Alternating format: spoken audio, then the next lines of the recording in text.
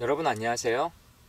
이번 시간에는 IoT 아카데미 전체적인 개요에 대해서 좀 설명드리도록 하겠습니다. 우리가 이런 IoT 아카데미 수업을 지금 오프라인에서 진행 중에 있는데요. 이런 IoT 아카데미가 어떤 내용으로 구성이 되고 앞으로 여러분들이 학습 효과를 높이기 위하셔서 어떻게 학습을 진행하시는지에 대한 가이드를 좀 해드리도록 하겠습니다. IoT 아카데미는 기본적으로 IoT 관련된 내용들을 좀 이해할 수 있도록 설계되어 있습니다. 일반적으로 IoT라고 하는 거는 인터넷에 연결된 사물들이란 뜻인데요.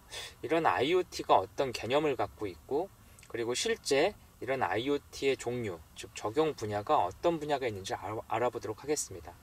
이 IoT를 실제 적용하는 분야, 그리고 이 IoT를 구현하기 위한 기술적인 분야, 그리고 이런 것들을 활용할 수 있는 다양한 이런 그 구성 요소들에 대해서 쭉 살펴보고요.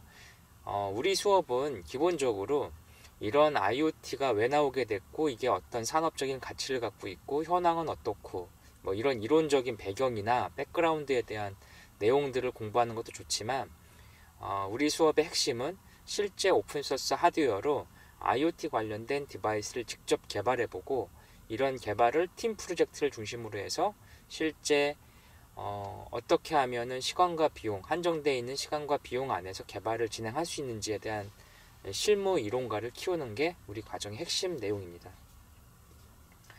사물 인터넷이라고 이제 이야기가 많이 나오는데, 사물 인터넷은 지금까지 나왔던 거의 모든 기술들이 포함되어 있습니다. 그래서 인베디드 기술, 그리고 모바일 기술, 그 다음에 클라우드 기술까지 다 포함이 되어 있고요. 여기에 사물 인터넷이 추진하고자 하는 도메인, 산업 영역의 핵심적인 서비스하고 결합시키는 내용이 바로 IoT, 사물 인터넷의 개발 범주입니다. IoT는 지금까지 나와 있는 거의 모든 ICT 기술을 활용하는 그런 큰 그 아이템이고요. 이런 걸 가지고 어떻게 기존 산업 체계에 맞는, 그리고 새로운 형태의 미래 산업 체계에 맞는 제품을 기획하고 설계하고 개발할 수 있는지에 대해서 알아보는 것이 바로 우리 과정의 목표입니다. IoT라고 하는 걸 좀 설명하기 굉장히 까다롭고 어려운데요. 기본적으로 우리는 전체 과정을 통해서 IoT를 인터넷을 중심으로 좀 설명드리고자 합니다.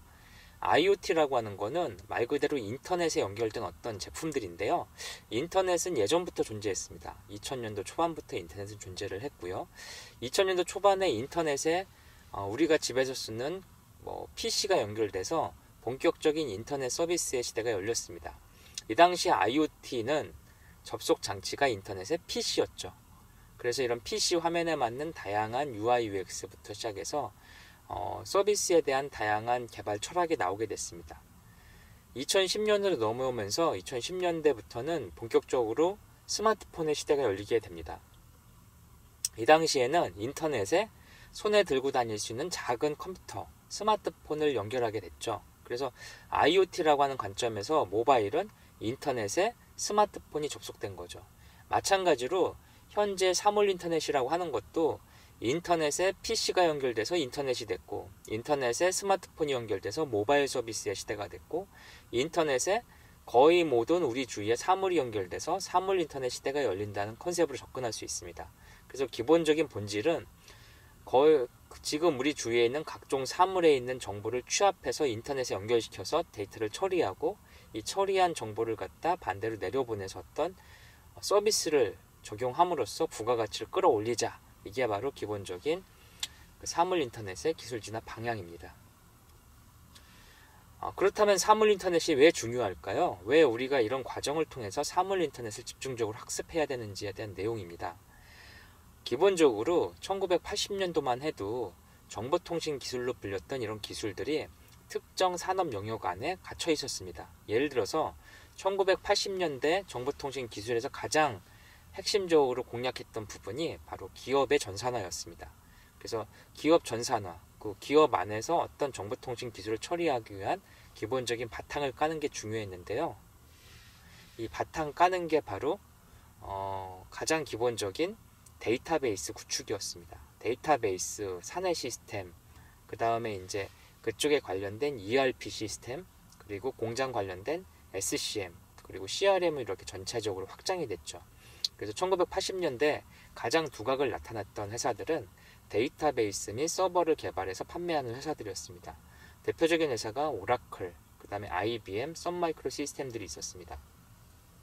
물론 이 당시 IBM은 하드웨어 판매하는 회사였는데 지금 IBM은 하드웨어 관련된 사업을 전면 매각을 했고요. 소프트웨어 컨설팅, 오픈소스 하드웨어 관련된 그런 회사로 운영하고 있습니다. 1980년대 가장 핫했던 기업이 썬마이크로 시스템인데요. 이 회사는 오라클 자바라는 플랫폼을 개발을 했죠. 근데 이 회사는 후에 이제 오라클의 M&A가 됐습니다. 그래서 사라졌죠. 1990년대로 넘어오면서 ICT가 일반인들한테 파급 효과를 주기 시작했습니다. 이 당시 ICT라고 하는 거는 일반인들이 집에서 개인용 PC를 통해서 접할 수가 있게 됐습니다. 이 당시에 가장 핫했던 기업은 바로 마이크로소프트사의 윈도우 95, 98 같은 운영체계, 그리고 이런 운영체계가 인텔의 CPU 칩과 연결돼서 윈텔이라는 브랜드로 굉장히 시장에 많이 파급 효과를 일으켰습니다.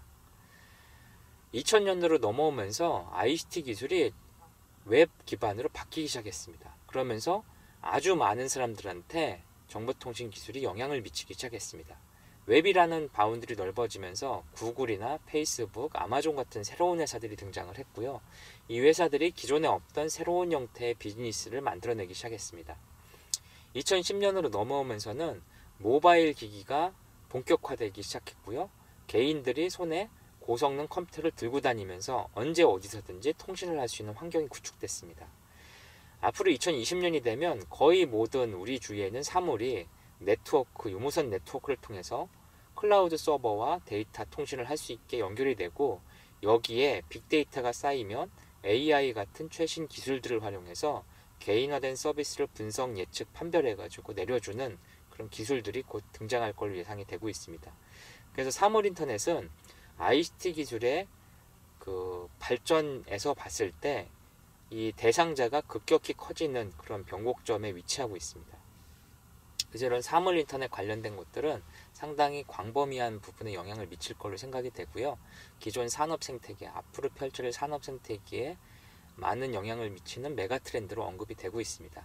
그래서 우리는 이번 과정을 통해서 이런 사물 인터넷에 대한 전반적인 내용과 이를 활용한 프로토타입 개발, 그리고 이러한 프로토타입 개발에 있어서 팀 프로젝트를 통한 다양한 사고방식의 확장, 그리고 한정된 시간과 비용 동안 개발할 수 있는 능력을 키우는 것을 목표로 잡고 진행하고자 합니다. 감사합니다.